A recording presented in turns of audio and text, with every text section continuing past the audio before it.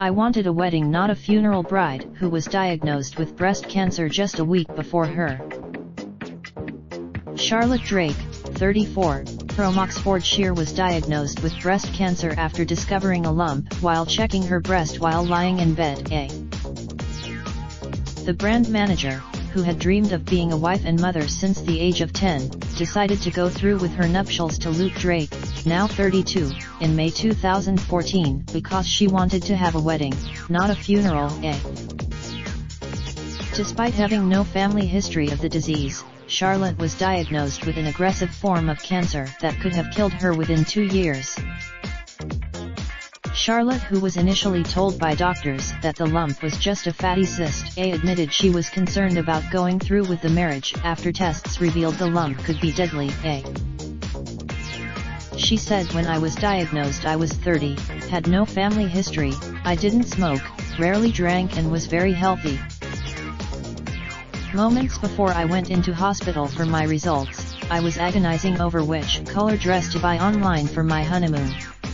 An hour later, I was convinced my life was over and told Luke I didn't think we should get married. I thought I felt like I was taking away his wedding day. But he was amazing. In the days leading up to our big day, instead of sorting the last-minute details, I was looking into where to have treatment. I'd been planning my wedding since I was a little girl. I had been so I remember thinking, at least if I die, everyone will have seen me at the wedding, looking the best I was ever going to look. I would be going out." The stress of juggling wedding arrangements along with coping with the cancer diagnosis caused Charlotte to have a panic attack. Charlotte's mother, Elizabeth Johnson, 66, who along with her father, sister, and bridesmaids was the only person aware of the diagnosis, rushed her to hospital. Charlotte said, "Luckily for me, a breast cancer surgeon was at hospital that day. He booked me in for surgery 3 days after the wedding, and knowing I had a plan of action made me feel better." As our wedding approached, I remember thinking, this could be the last time people see me looking my best, so let's make it a really great day. Luke and I didn't tell our guests because we wanted it to be a happy occasion. We didn't want I found the morning of the wedding tough. It was the day for the rest of the day, the only thing that was hard was that people kept hugging me, which really hurt because I had just had a biopsy. I am most proud of how my parents and Luke held it all together when I am sure they wanted to crawl away and cry. Instead, they were all smiles and made sure the day went exactly as I had planned since I was a little girl.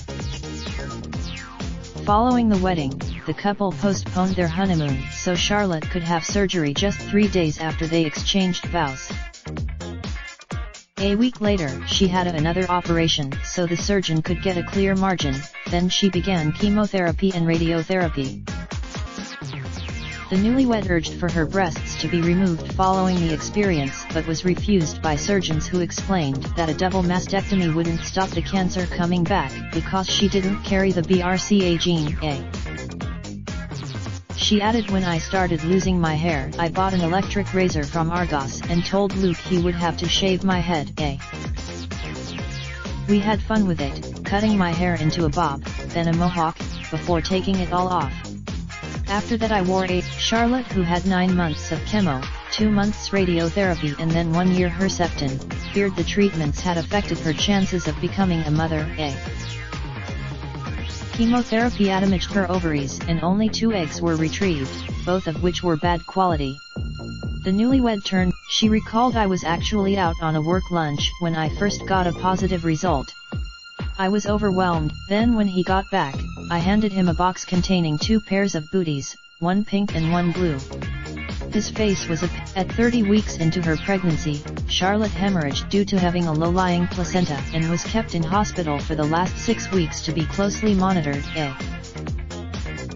Then at 36 weeks, she had a C-section and their son was born.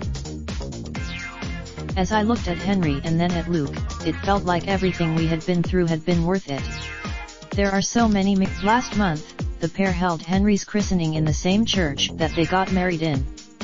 They also returned. It was so strange being back in the place where I had broken down in tears over a year earlier, desperate for a baby. This time around, now Charlotte has regular checkups and scans and is encouraging everyone to check their breasts regularly. She said, "My mum has always taught me to be breast aware and check my breasts, even though we have no family history of breast cancer. I am convinced if you do find a lump, act quickly. When I found my cancer was an aggressive type, and if I hadn't pushed, I was told I could have been dead within 2 years."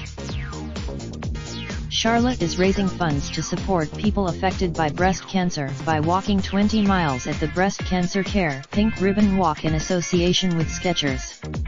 To sign up, Raindrop, drop top smoking, no cooking the hot bar.